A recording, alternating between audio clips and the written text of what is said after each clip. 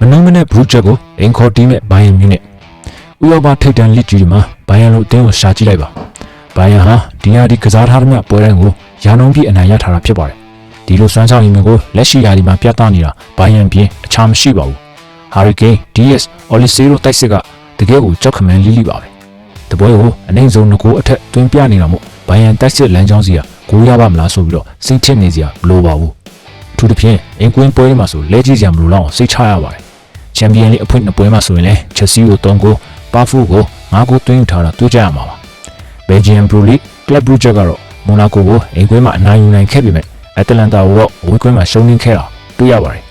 သူတို့လိကလက်ရှိအဆင့်တက်မှာရပ်တည်နေတဲ့စင်ဂယ်လက်စ်လိုအသင်းအောင်ချန်ပီယံလိလိုပြိုင်ပွဲမျိုးမှာဘာမှလုံးမပြထားနိုင်တာကြောင့်ကလပ်ဘရူးအနေနဲ့လည်းမလွယ်ကူနိုင်ပါဘူး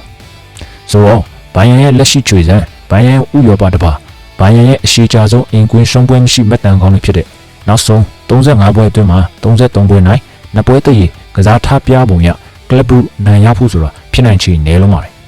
ကလပ်ဘရူးရဲ့ဂျာမန်ကလပ်တွေနဲ့ချန်ပီယံလိတွေ့ဆုံမှုနောက်ဆုံး7ကြိမ်မှာလည်း10ကြိမ်ဂိုးမရခဲ့တာရှိနေပြန်တော့ပေါက်ကျွေးကိုကြည့်နေပါနေတော့ဘိုင်ယန်လို့တာယုံကြည်စွာချရလိုက်ပါဒါကြောင့်ဗုဒ္ဓဟူးညအောင်မြင့်ရတဲ့အောင်ပွဲဖြစ်ဘိုင်ယန်ဘော်ဒီကိုပဲရွေးချယ်ပေးခဲ့ချင်ပါတယ်နေ့စဉ်အခမဲ့တပွဲကောင်းရွေးချယ်မှုတွေတင်ဆက်ပေးနေတဲ့ comment က Telegram channel လို့လည်း join ထားပေးခဲ့ကြပါဦးညီကိုတွေအားလုံးပဲအောင်ပွဲခံနိုင်ကြပါစေဗျာ